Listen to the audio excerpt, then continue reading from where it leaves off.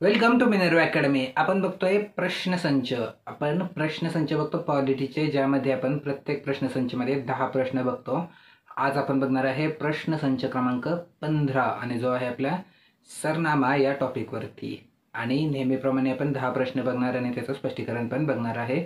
आणि आपले टार्गेट आहे की आपण लवकरच 50 प्रश्नसंच पूर्ण करणार आहोत। सध्या आपले टार्गेट 50चं आहे, तर आपण टार्गेटच्या जवळ जाऊच। तुम्ही पण चॅनलला सबस्क्राईब करा आणि व्हिडिओ शेअर करा। तर आता आपण सुरू करू प्रश्नसंच क्रमांक 15। आणि प्रश्नसंच क्रमांक 15 मधला पहिला प्रश्न आहे प्रश्न क्रमांक 141। भारतीय राज्यघटनेच्या सरनाम्याला भारतीय राज्यघटनेचे आत्मा कोणी म्हटले? आणि आपले पर्याय आहेत के.एम. मुन्शी, डॉक्टर बी.आर. आंबेडकर, तिसरा आहे ठाकूरदास भार्गव आणि चौथा आहे एम.व्ही.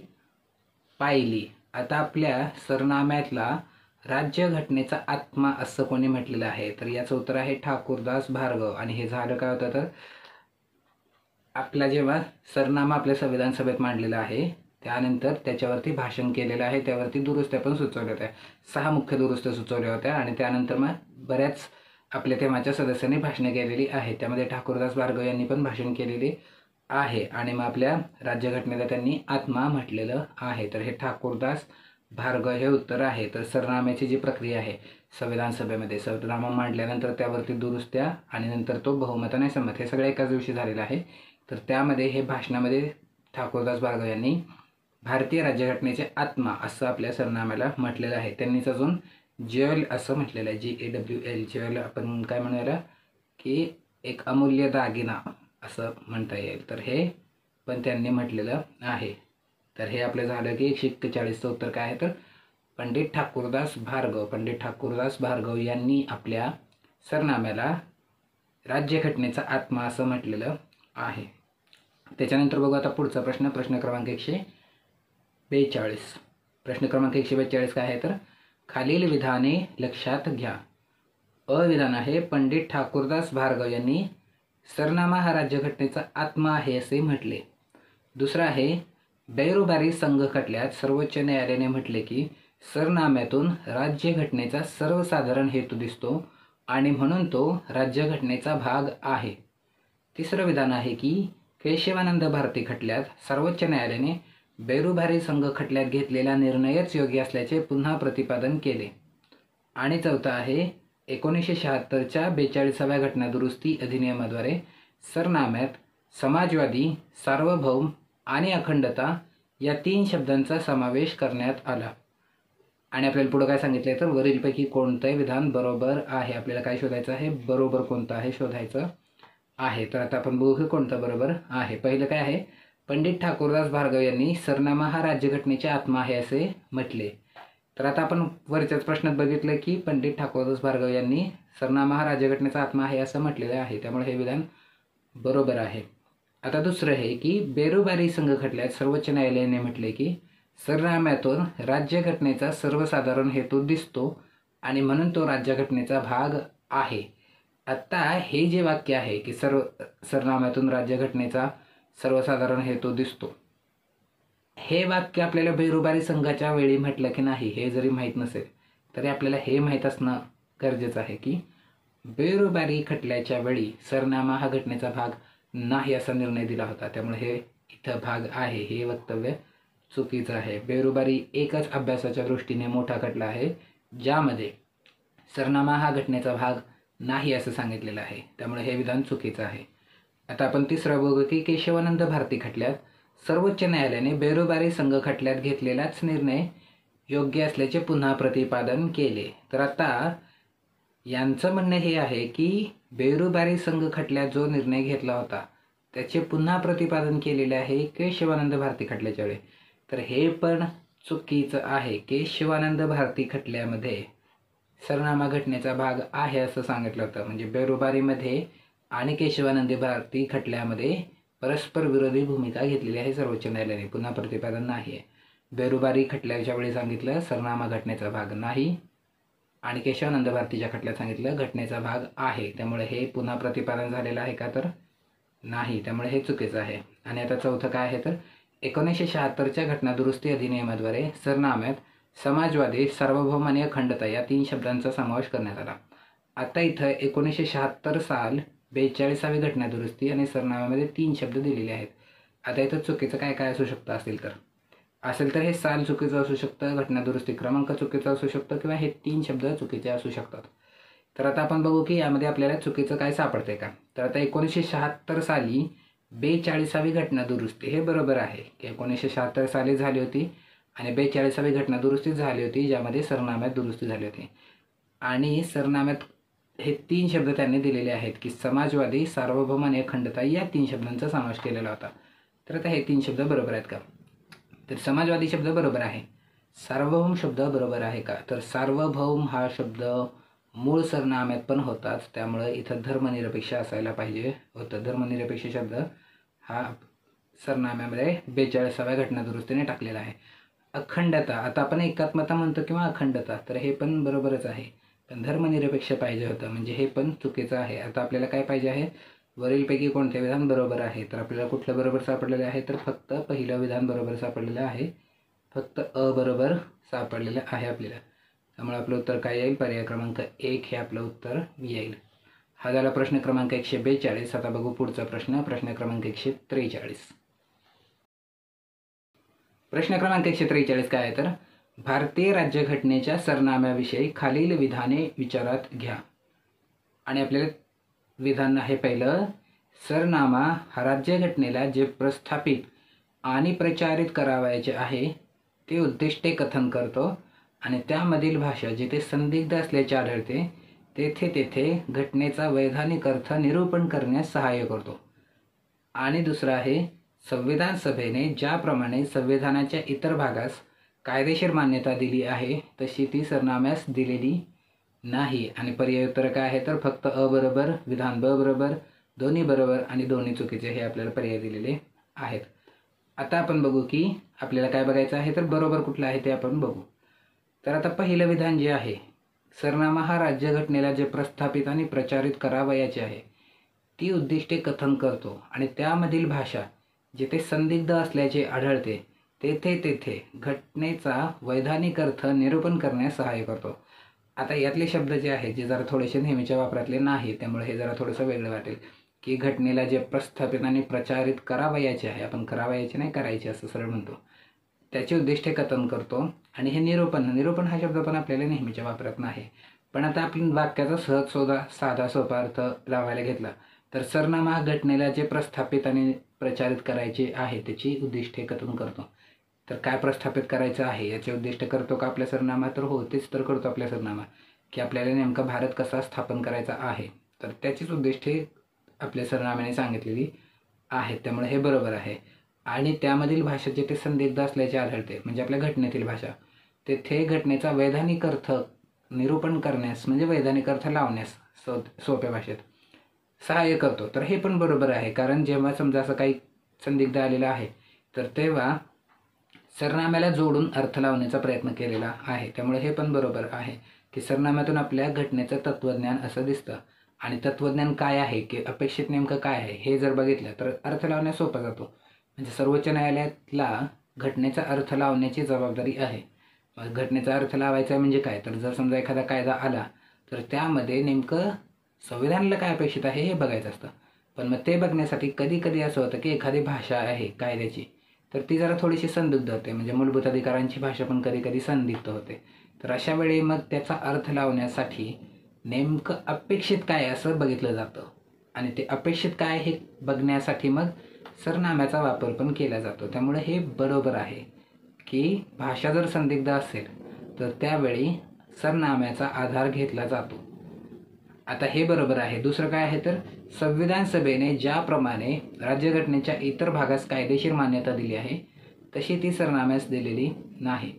आता पहिलं तर संविधान सभेने राज्यघटनेच्या इतर भागास कायदेशीर मान्यता दिली आहे तशी ती सरनाम्यास दिलेली नाही म्हणजे काय, तर आता संविधान सभेने आपलं संविधान बनवलं आणि मग त्याला कायदेशीर मान्यता मिळाली. आता ही कायदेशीर मान्यता कशी मिळाली, तर संविधान सभेने आपल्या संविधान बनवलेलं आहे, मग त्याचा फॉर्मॅट नेहमी काय असायचा, तर जी कुठली समिती असेल किंवा समजा मसुदा समिती असेल तर ती मसुदा ठेवेल सर्वांसमोर म्हणजे सदस्यांसमोर. मग त्यावरती सदस्य आपल्याला पाहिजे ती दुरुस्ती सुचवू शकत होते आणि म्हणजे मसुदा आधीच सदस्यांना दिला जायचा, त्यानंतर मसुदा आपल्या संविधान सभेसमोर ठेवला जायचा, त्यामध्ये आधीच दुरुस्त्या ज्या समजा सदस्यांनी दिलेल्या असतील मग त्या दुरुस्त्यांवर मतदान झालेलं आहे आणि मतदानाने बहुमताने त्या दुरुस्ती स्वीकारलेल्या आहेत किंवा नाकारलेल्या आहेत आणि मग त्याच्यानंतर बहुमताने संविधानाचा तो भाग स्वीकारलेला आहे, असं करून आपलं संविधान स्वीकारलेलं आहे. आपलं संविधान हे संपूर्ण बहुमताने स्वीकारलेलं आहे. त्यानंतर 26 नोव्हेंबर 1949ला संपूर्ण संविधान पुन्हा एकदा संविधान सभेच्या सदस्यांनी बहुमताने स्वीकृत केलेलं आहे. म्हणजे त्या दिवशी पुन्हा मतदान घेतलेलं आहे आणि संविधान सभेने आपले संविधान स्वीकृत केलेलं आहे बहुमताने. त्याला आपण म्हणतो कायदेशीर मान्यता. आता तशी ती सरनाम्यास दिलेली नाही का?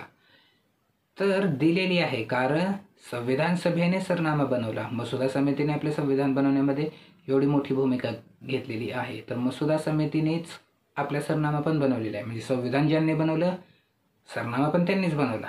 दुसरी गोष्ट, संविधान ज्या प्रक्रियेने पूर्ण झालं आहे त्याच प्रक्रियेने सरनामा पण झालेला आहे. म्हणजे सरनामा पण मसुदा समितीने सभागृहासमोर ठेवला आहे, त्यामध्ये दुरुस्त्या पण सुचवलेल्या आहेत, त्या दुरुस्त्यांवर मतदान पण झालेलं आहे आणि तो बहुमताने मान्य पण केलेला आहे. आणि 26 नोव्हेंबर 1949ला जेव्हा संविधान स्वीकृत केलेलं आहे तेव्हा ते सरनाम्यासहितच केलेलं आहे. त्यामुळे सरनाम्याची जी प्रक्रिया आहे आपल्या संविधानात येण्याची ती सगळ्या संविधानाच्या इतर भागांसारखीच झालेली आहे. त्यामुळे सरनाम्यामध्ये आणि संविधानामध्ये काहीच फरक नाही. त्यामुळे जर इतर भागांना जर कायदेशीर मान्यता दिलेली आहे तर ती सरनाम्याला पण दिलेली आहे, कारण सरनामा काही नंतर बनवू वगैरे असं केलेलं नाही, ते संविधान बनवतानाच बनलेलं आहे. त्यामुळे हे विधान चुकीचं आहे. आणि मग आपल्याला काय पाहिजे तर आपल्याला काय मिळालं, तर मग आपल्याला काय मिळालं, फक्त अ बरोबर मिळालेलं आहे. त्यामुळे आपलं उत्तर काय येईल, फक्त अ बरोबर पर्याय क्रमांक 1 हे आपलं उत्तर येईल.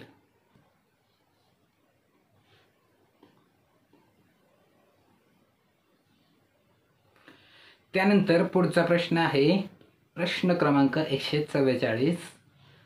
राज्यघटनेच्या उद्देशपत्रिकेची वर्णने आणि ज्या पंडितांनी किंवा विद्वानांनी किंवा न्यायालयाने ती केली त्यांची जुळणी करा. आपल्याला काय दिले तर हे डाव्या बाजूला आपल्याला दिलेले आहे सरनाम्याची वर्णने आणि उजव्या बाजूला दिले की ते कोणी केलेले आहे ते आपल्याला ओळखायचं आहे. तर आता जोड्या लावा प्रश्न असेल तर नेहमी आपण कुठून सुरू करायचं असतं, तर जे आपल्याला ॲब्सोल्युटली करेक्ट माहिती आहे तिथून सुरू करायचं असतं. पण आता आपण विश्लेषण बघतोय त्यामुळे सगळंच बघू.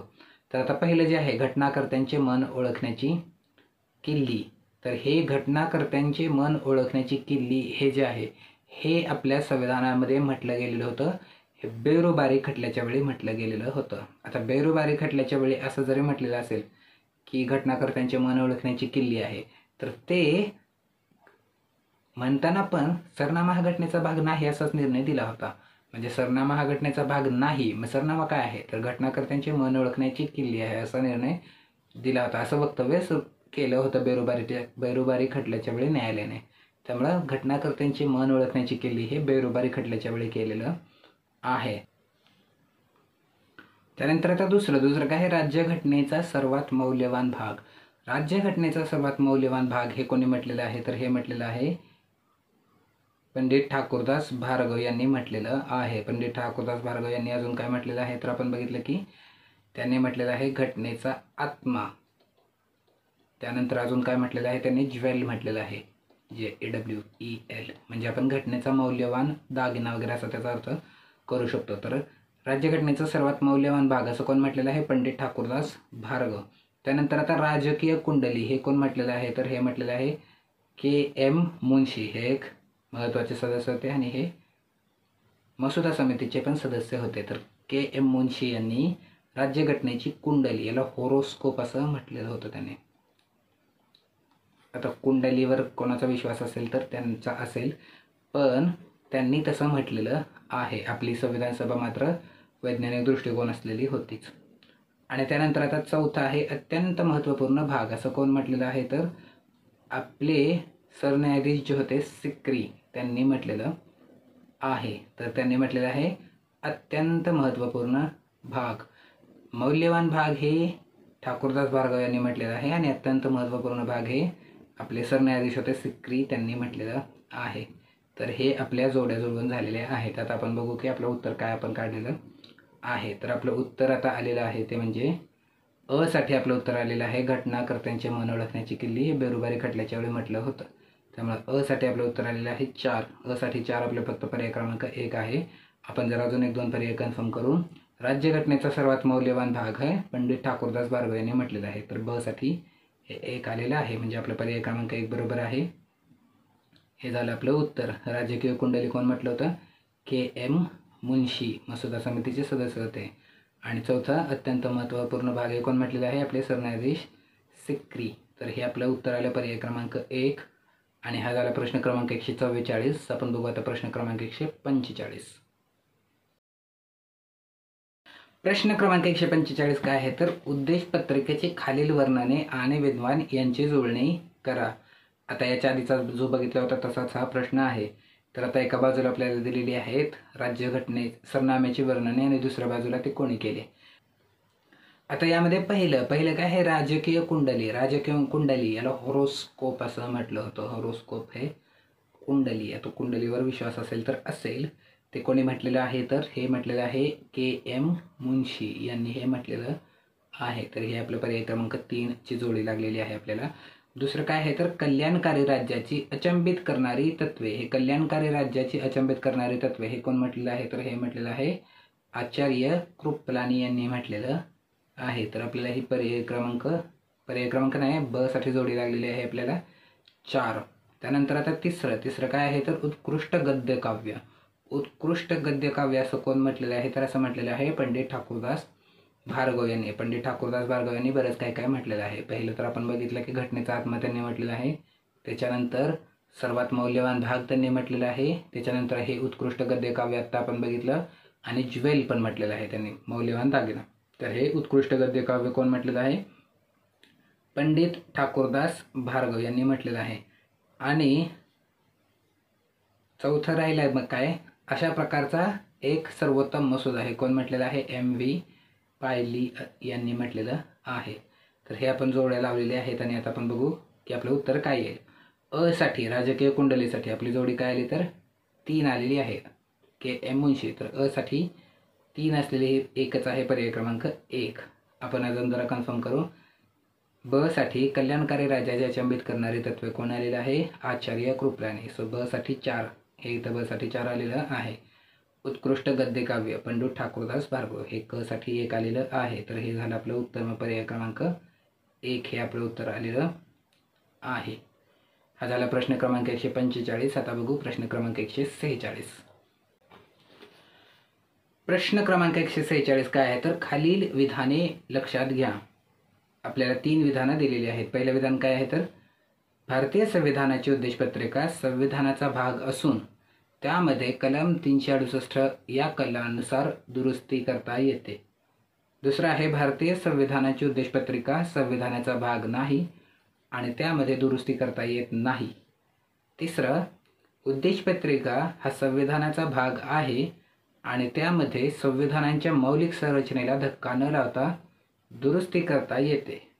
आणि आपल्याला पुढे काय सांगितलं आहे तर वरीलपैकी कोणतं विधाने बरोबर आहेत. आपल्याला काय शोधायचं आहे? बरोबर कोणतं आहे शोधायचं आहे.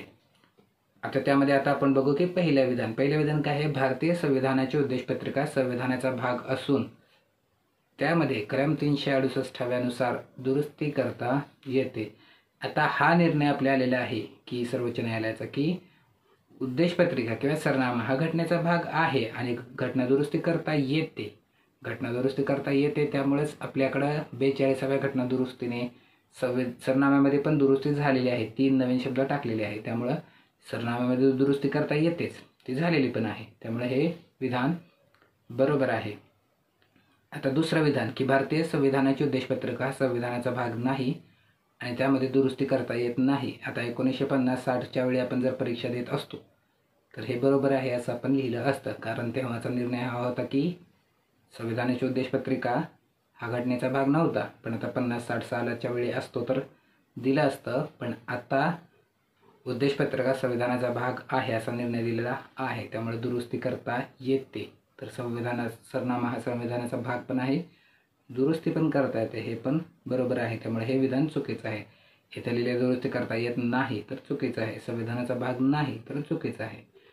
आणि आता तिसरं वक्तव्य काय आहे तर उद्देशपत्रिका संविधानाचा भाग आहे आणि त्यामध्ये संविधानाच्या मौलिक संरचनेला धक्का न लावता दुरुस्ती करता येते. आता ही आपली जे एक मौलिक संरचना तत्व आलेलं आहे त्याला बेसिक स्ट्रक्चर डॉक्ट्राईन असं म्हणतात. तर हे आलेलं आहे केशवानंद भारती खटल्याच्या वेळी. आणि तेव्हा आता हे लक्षात ठेवायचं आहे की कुठलीही घटना दुरुस्ती करताना मौलिक संरचनेला धक्का न लावण्याचं बंधन आहे. त्यामुळं ते उद्देशपत्रिकेमधल्या दुरुस्तींना पण लागू होतं. त्यामुळे हे विधान पण बरोबर आहे. आता यामध्ये जर समजा कोणी अ आणि ब हे जर बघितले असते तर अ आणि ब एका वेळी दोन्ही बरोबर असायची शक्यताही नाही आहे. म्हणजे वरती लिहिले दुरुस्ती करता येते, दुसऱ्या वक्तव्यात लिहिले दुरुस्ती करता येत नाही, तर हे काय दोन्ही असणं एकाच वेळी बरोबर शक्य नाही. तर आता आपल्याला काय बघायचं होतं तर कोणते बरोबर आहे. आपल्याला कोणते बरोबर सापडलेले आहे तर आपल्याला विधान अ बरोबर सापडलेलं आहे आणि विधान क बरोबर सापडलेलं आहे. त्यामुळे आपलं उत्तर काय येईल तर हे विधान अ आणि क असलेला पर्याय क्रमांक 4 हे आपलं उत्तर येईल. हा झाला प्रश्न क्रमांक 146. आता बघू प्रश्न क्रमांक 147. प्रश्न क्रमांक 147 काय आहे, भारतीय राज्यघटनेच्या उद्देशपत्रिकेनुसार भारत हे गणराज्य आहे. गणराज्याचा अर्थ कोणता? आणि आपल्याला 2 विधानं दिलेली आहेत. पहिलं आहे देशात अनुवांशिक राज्यकर्ता नाही आणि दुसरं आहे देशाचा प्रमुख विशिष्ट कालावधीसाठी जनतेकडून प्रत्यक्ष अथवा अप्रत्यक्षरित्या निवडला जातो. आणि आपल्याला पर्याय उत्तरे काय दिलेली आहेत, विधान अ बरोबर, विधान ब बरोबर, दोन्ही बरोबर आणि दोन्ही चुकीचे. आता आपल्याला काय विचारलं आहे तर भारतीय राज्यघटनेच्या उद्देशपत्रिकेनुसार भारत हे गणराज्य आहे. बघितलं आपण की गणराज्य शब्द उद्देशपत्रिकेत आहे. तर गणराज्याचा अर्थ कोणता? आता गणराज्याचा अर्थ कोणता तर पहिलं तर आता बघू की आपण पहिलं विधान बरोबर आहे का, देशात अनुवांशिक राज्यकर्ता नाही हे विधान बरोबर आहे का, तर देशाला अनुवांशिक राज्यकर्ता असणं ही राजेशाहीचं वैशिष्ट्य असतं. म्हणजे जिथं राजेशाही असेल तर ते अनुवांशिक असतं. म्हणजे त्याची कॅपॅबिलिटी आहे, तो नालायक असेल तरी किंवा काही असेल तरी राजाचा जो मुलगा असेल तोच राजा होणार आहे. मग ते अनुवांशिक असेल तर ते गणराज्य होत नाही. तर ते जे आहे की देशात अनुवांशिक राज्यकर्ता असणं हे राजेशाहीचं वैशिष्ट्य आहे. त्यामुळं ते गणराज्याचं वैशिष्ट्य नाही. तर हे गणराज्याचा अर्थ आहे का, तर हा अर्थ आहे की अनुवांशिक राज्यकर्ता नाही. हे बरोबर आहे, देशात अनुवांशिक राज्यकर्ता नाही तरच ते गणराज्य होऊ शकतं, हे पण आपण, त्यामुळे हे विधान बरोबर आहे. आता दुसरं विधान काय आहे तर देशाचा प्रमुख हा विशिष्ट कालावधीसाठी जनतेकडून प्रत्यक्ष अथवा अप्रत्यक्षरित्या निवडला जातो. आता आपल्या देशाचं प्रमुख म्हणजे आपले राष्ट्रप्रमुख. आता राष्ट्रप्रमुख एक असतं आणि शासनप्रमुख असतं. राष्ट्रप्रमुख आपलं कोण आहे तर प्रेसिडेंट आहेत. तर देशाचा प्रमुख हा विशिष्ट कालावधीसाठी जनतेकडून प्रत्यक्ष अथवा अप्रत्यक्षरित्या निवडला जातो. तर अप्रत्यक्ष किंवा अप्रत्यक्षरित्याच निवडला जातोय, तो आपल्याकडूनच निवडला जातोय. त्यामुळे हे पण विधान बरोबर आहे. तर आपलं उत्तर काय येईल तर आपल्याला कोण बरोबर सापडलेलं आहे तर दोन्ही विधाने बरोबर आहे. आपलं उत्तर काय येईल मग पर्याय क्रमांक 3 येईल. हे झालं आपलं उत्तर. प्रश्न क्रमांक 148 काय आहे तर प्रश्न क्रमांक 148 आहे, भारत हे गणराज्य आहे याचा अर्थ. आणि आपल्याला 4 विधानं दिलेली आहेत. पहिलं आहे येथे लोकशाही आहे, दुसरं आहे राष्ट्रप्रमुख कंसात दिले राष्ट्रपती लोकांनी अप्रत्यक्षरित्या निवडून दिलेला असतो, तिसरं आहे येथे संसदीय पद्धती आहे आणि चौथं आहे पंतप्रधान व त्यांचे मंत्रिमंडळ हे लोकांनी निवडून दिलेले असते. आणि पुढे आपल्याला काय विचारता येतं तर वरीलपैकी कोणती विधाने बरोबर आहेत. आपल्याला काय शोधायचं आहे तर कोणती विधाने बरोबर आहेत हे शोधायचं आहे. आता आपल्याला प्रश्न काय आहे तर भारत हे गणराज्य आहे याचा अर्थ. आता आपल्याला विचार कसा करायचा आहे तर गणराज्य आहे म्हणजे नेमकं काय आहे. तर पहिलं पर्याय बघू की येथे लोकशाही आहे. म्हणजे भारत हे गणराज्य आहे याचा अर्थ इथं लोकशाही आहे असा होतो का. तर आता लोकशाही आणि गणराज्य याच्यावरती आता 2 एक्सप्लेनेशन्स होतात. एक सोपं आहे जे आपल्याला उत्तर काढण्यासाठी पुरेसं आहे आणि दुसरं जरा थोडंसं जास्त समजून घेण्यासाठी की लोकशाही आणि गणराज्य या 2 वेगळ्या वेगळ्या गोष्टी आहेत. हे जास्त समजून घेण्यासाठी आपण दुसरं एक एक्सप्लेनेशन बघू. तर पहिले एक्सप्लेनेशन की जे आपल्याला हे उत्तर काढण्यासाठी पुरेसं आहे की लोकशाही, भारत हे गणराज्य आहे याचा अर्थ लोकशाही आहे का, म्हणजे गणराज्य आहे म्हणजे लोकशाही आहे का. तर याचं सहज साधं सोपं उत्तर, आपलं उत्तर काढण्यासाठी, की गणराज्य आहे म्हणजे लोकशाही जर असतं तर याचा अर्थ ते दोन्ही एकच आहेत. गणराज्य आणि लोकशाही एकच आहेत. मग जर हे गणराज्य आणि लोकशाही हे जर एकच असतं तर आपल्या सरनाम्यात दोन वेगळे वेगळे शब्द कशासाठी घेतले असते? मग आपल्या सरनाम्यात दोन वेगळे शब्द आहेत, म्हणजे भारताचे सार्वभौम समाजवादी धर्मनिरपेक्ष लोकशाही गणराज्य घडवायचं आहे, तर लोकशाही पण शब्द घेतलाय आणि गणराज्य पण हे घेतलाय. मग जर गणराज्य आहे म्हणजेच लोकशाही आहे तर मग हे दोन वेगळे शब्द कशासाठी घेतले असतील? तर त्यामुळं लोकशाही आणि गणराज्य हे दोन वेगळे आहेत. गणराज्य आहे याचा अर्थ लोकशाही आहे असा होत नाही, ते वेगळं आहे. तर त्यामुळं हे आपलं चुकीचं आहे, की गणराज्य आहे याचा अर्थ लोकशाही आहे, तर हे चुकीचं आहे. त्यामुळे हे चुकीचंच असतं. आता दुसरं हे की आपण जरा थोडंसं जास्त समजून घेण्यासाठी, की आता लोकशाहीला आपण काय म्हणतो? डेमोक्रेसी म्हणतो. यामध्ये डेमोचा अर्थ असतो लोक, क्रेसीचा अर्थ असतो शाही किंवा सत्ता, म्हणजे लोकांची सत्ता आहे असं. आणि दुसरं असतं गणराज्य, ज्याला आपण रिपब्लिक असं म्हणतो. तर ह्या रिपब्लिकचा अर्थ असतो की दोन्हीमध्ये फरक हा आहे की रिपब्लिकमध्ये सत्ता जी असते ती लोकप्रतिनिधींच्या हातात असते, लोकांच्या नाही. म्हणजे या दोन्हीमध्ये मूलभूत फरक काय आहे? तर डेमोक्रेसीमध्ये, लोकशाहीमध्ये सत्ता लोकांच्या हातात असते. रिपब्लिकमध्ये, गणराज्यामध्ये सत्ता लोकप्रतिनिधींच्या हातात असते. डेमोक्रेसीचं उदाहरण आहे, आता डेमोक्रेसीचं उदाहरण म्हणजे प्राचीन ग्रीक संस्कृती, जिथं जर काही करायचं झालं तर ते थेट लोकच मतदान करतील, म्हणजे लोकांच्या हातातच सत्ता आहे, लोकच कायदे बनवणार आहेत. रिपब्लिकमध्ये लोक हे कायदे बनवत नाहीत, लोक हे प्रतिनिधी निवडतात आणि ते प्रतिनिधी कायदे बनवतात. तर हे फरक आहे डेमोक्रेसी आणि रिपब्लिक किंवा लोकशाही आणि गणराज्य. त्यामुळे हे दोन वेगळे वेगळे शब्द आहेत. आता तसं जर बघायला गेलं तर लोकशाहीचे उदाहरणं आधुनिक काळात जरा बघायला गेलं तर समजा आता स्वित्झर्लंड आहे, कारण की तो देश छोटा आहे, तिथं सगळं गरिबी श्रीमंती असं गरिबी जवळपास नसल्यातच जमा आहे, प्लस तिथं शिक्षणाचं प्रमाण वगैरे स्टँडर्ड ऑफ लिव्हिंग खूप हाय आहे. त्यामुळे तिथं जर समजा कुठला मोठा निर्णय घ्यायचा झाला तर तिथलं सरकार हे थेट लोकांनाच विचारतं. किंवा आयर्लंडने जेव्हा आता लेस्बियन आणि गे मॅरेजेसला जेव्हा परवानगी दिलेली आहे तर तेव्हा त्यांनी काय केले, तर तेव्हा थेट त्यांनी लोकांनाच मतदानाला टाकलं आणि मग लोकांनी बहुमताने ते संमत केलेलं आहे. म्हणजे हे काय झालं, तर हे लोकशाहीचं उदाहरण झालं की हे थेट लोकांनीच ठरवलं, म्हणजे ही लोकशाही झाली. आता रिपब्लिकमध्ये असं होतं की जर समजा आता आपल्याकडे कायदे बनवायचे झाले तर कायदे आपण नाही बनवत, कायदे संसद बनवते. संसदमध्ये कोण आहे, तर संसदमध्ये आपण निवडून दिलेले प्रतिनिधी आहेत. म्हणजे आपल्याकडे कसं होतंय, तर आपण प्रतिनिधी निवडून दिलेले आहेत आणि ते कायदे बनवतात. तर हा फरक असतो लोकशाही आणि गणराज्यामध्ये. लोकशाहीमध्ये थेट लोकांच्या हातात सत्ता असते, गणराज्यामध्ये लोक प्रतिनिधींच्या हातात सत्ता असते. त्यामुळं गणराज्य आहोत याचा आपोआप अर्थ लोकशाही आहे असा होत नाही. लोकशाही ही वेगळी गोष्ट आहे. म्हणजे जर प्राचीन ग्रीक संस्कृती बघितली तर ती लोकशाही आहे पण ती गणराज्य नाही आहे. तर त्यामुळं गणराज्य आहे याचा आपोआप अर्थ लोकशाही आहे असा होत नाही. हे एक आता दुसरं आपल्याला चांगलं समजून घेण्यासाठी हे गरजेचं आहे. आता याच्यामध्ये अजून पण फरक आहेत की डेमोक्रेसीमध्ये संविधानाचं महत्त्व जरा थोडंसं कमी असतं, रिपब्लिकमध्ये ते थोडंसं जरा जास्त असतं. डेमोक्रेसीमध्ये जे लोकप्रतिनिधी असतात त्यांना जरा थोडेसे जास्त अधिकार असतात. रिपब्लिकमध्ये मात्र काही बंधनं असतात, म्हणजे आपल्याकडं पण मूलभूत अधिकारांच्या विरुद्ध कायदे करता येणार नाही वगैरे अशी बंधनं आहेत. तर हे लोकशाही आणि गणराज्य यांच्यामधले फरक आहेत. त्यामध्ये हे अजून मूलभूत फरक आहेत, हे अजून खूप फरक आहेत. पण मूळ फरक आहे की लोकशाहीमध्ये थेट लोकांच्या हातात सत्ता असते आणि गणराज्यामध्ये लोक प्रतिनिधींच्या हातात सत्ता असते. तर ते दोन वेगळे आहेत. त्यामुळे गणराज्य आहे याचा अर्थ लोकशाही आहे असा आपोआप निघत नाही. लोकशाही आणि गणराज्य हे जरा थोडंसं कमी जास्त प्रमाणामध्ये असू शकतं.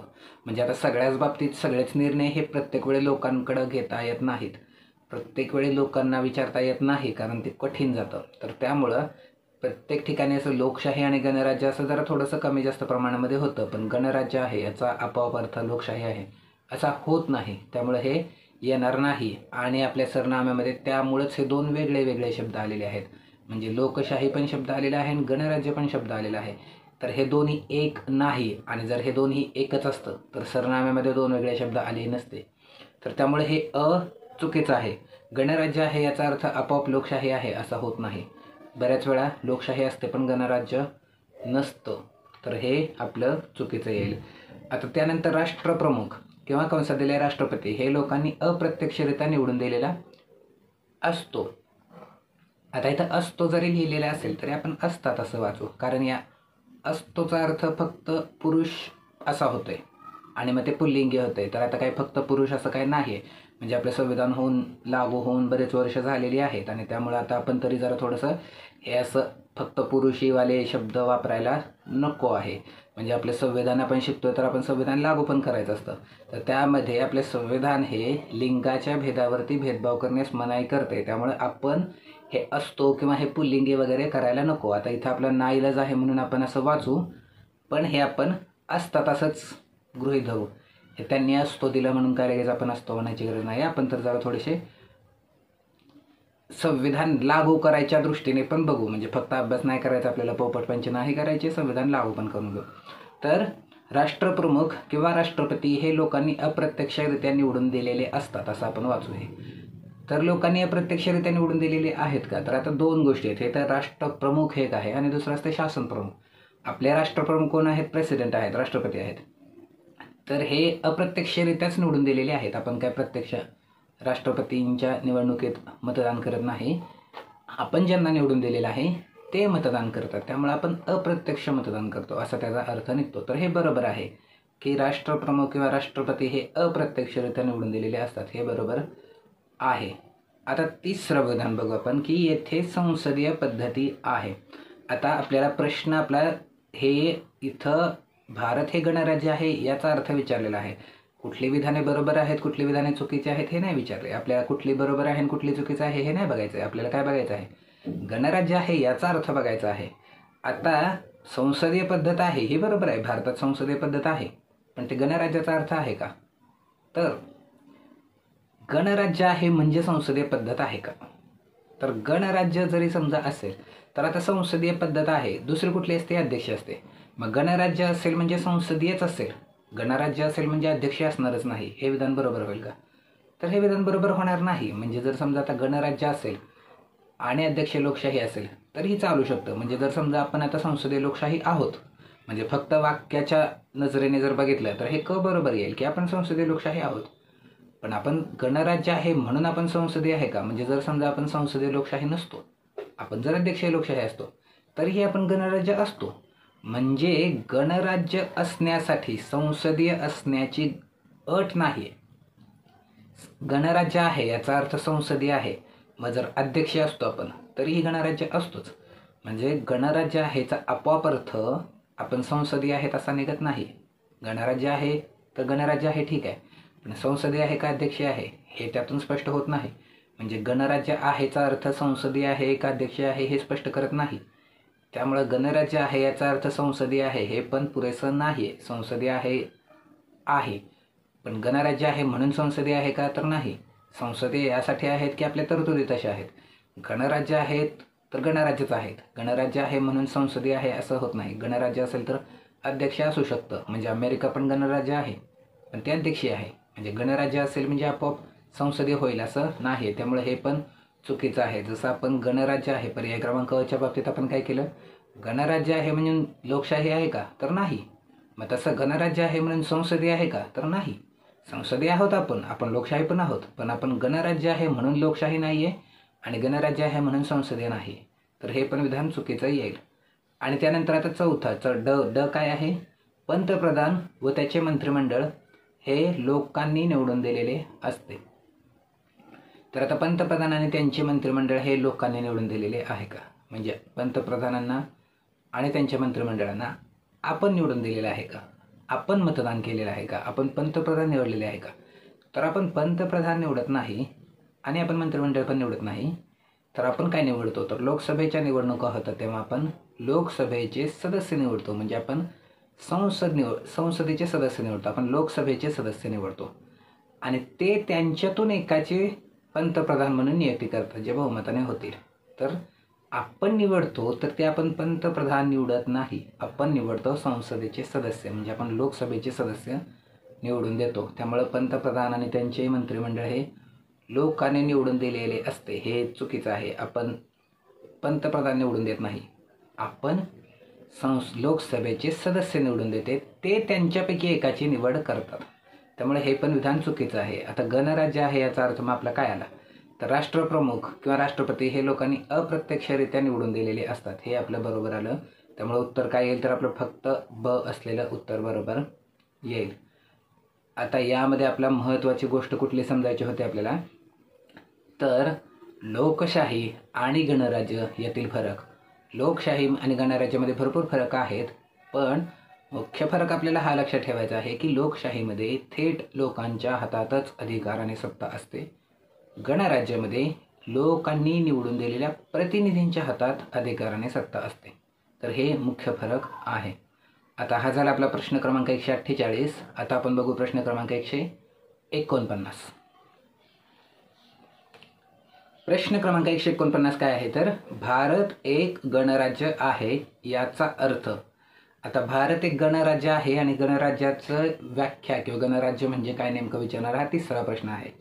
तर भारत एक गणराज्य आहे याचा अर्थ देशामध्ये लोकशाही शासन व्यवस्था आहे. दुसरं, राष्ट्रप्रमुख एका ठराविक कालावधीसाठी निवडून येतो. तिसरं, राज्याची अंतिम सत्ता संसदेकडे समाविष्ट असते. आणि चौथं, वरील सर्व. आता भारत एक गणराज्य आहे म्हणजे काय हे आपल्याला विचारलेलं आहे. खालीलपैकी कोणती विधाने बरोबर आहेत असं विचारलेलं नाही आहे. त्यामुळे विधानं बरोबर आहेत का असं आपल्याला बघायचं नाही. गणराज्य आहे म्हणजे नेमकं काय आहे हे आपल्याला बघायचं आहे. तर आता पहिलं काय आहे तर देशामध्ये लोकशाही शासन व्यवस्था आहे. मग आता भारत हे गणराज्य आहे म्हणून हे लोकशाही आहे का, तर याचं एक्सप्लेनेशन आपण बघितलं की लोकशाही आणि गणराज्य या दोन वेगळ्या वेगळ्या गोष्टी आहेत. गणराज्य म्हणजे लोकप्रतिनिधींच्या हातात सत्ता, लोकशाही म्हणजे लोकांच्या हातात सत्ता. त्यामुळं गणराज्य असेल तर लोकशाही असेलच असं नसतं. प्राचीन ग्रीक संस्कृती लोकशाही होती, गणराज्य नाही. त्यामुळं हे विधान चुकीचं येणार आहे. याचं आपण मोठंच्या मोठं एक्सप्लेनेशन मागच्या प्रश्नात बघितलं, फरक पण बघितला आपण. त्यामुळं गणराज्य आहे म्हणजे लोकशाही आहे असं नसतं. या दोन वेगळ्या गोष्टी आहेत आणि दोन वेगळ्या गोष्टी आहेत म्हणून सरनाम्यामध्ये दोन वेगळे वेगळे शब्द पण आहेत. तर हे चुकीचं आहे. त्यानंतर आता दुसरं विधान काय आहे, राष्ट्रपती एका ठराविक कालावधीसाठी निवडून येतो. आता पुन्हा इथं येतो लिहिलंय तर आपण येतो असं न वाचता त्याला येतात असं वाचू, कारण आपण संविधान लागू पण करू. लिंगावरती भेदभाव करणारे प्रश्न किंवा ते शब्द आपण जरा थोडेसे टाळू. जे सरळ सरळ विरोधी आहेत ते तरी कमीत कमी टाळूच शकतो आपण. तर राष्ट्रप्रमुख हे एका ठराविक कालावधीसाठी निवडून येतात, कारण ते फक्त काय पुरुषच असतील असं नाही. आणि आपल्याकडं लिंगावरती भेदभाव करायला मूलभूत अधिकारामध्ये बंदी केलेली आहे. तर राष्ट्रप्रमुख एका ठराविक कालावधीसाठी निवडून येतात. तर ही गोष्ट बरोबर आहे का, तर राष्ट्रप्रमुख आपलं कोण आहे तर आपले राष्ट्रप्रमुख हे प्रेसिडेंट आहेत आपले. तर ते ठराविक कालावधीसाठी निवडून येतात का, पहिली तर ही गोष्ट बरोबर आहे की ठराविक कालावधीसाठी निवडून येतात, 5 वर्षासाठी निवडून येतात. पण गणराज्य आहेत म्हणून राष्ट्रप्रमुख एका ठराविक कालावधीसाठी निवडून येतात का. आता दोन वेगळ्या गोष्टी असतात, राष्ट्रप्रमुख असतं आणि शासनप्रमुख असतं. आता राष्ट्रप्रमुख हे ठराविक कालावधीसाठी निवडून येतात आणि त्यांच्या नेतृत्वाखाली आपलं प्रतिनिधी हे काम करत असतात. त्यामुळे आपली ही प्रातिनिधिक होते आणि हे प्रातिनिधिक म्हणजे कशाचं उदाहरण आहे तर हे आहे गणराज्याचं.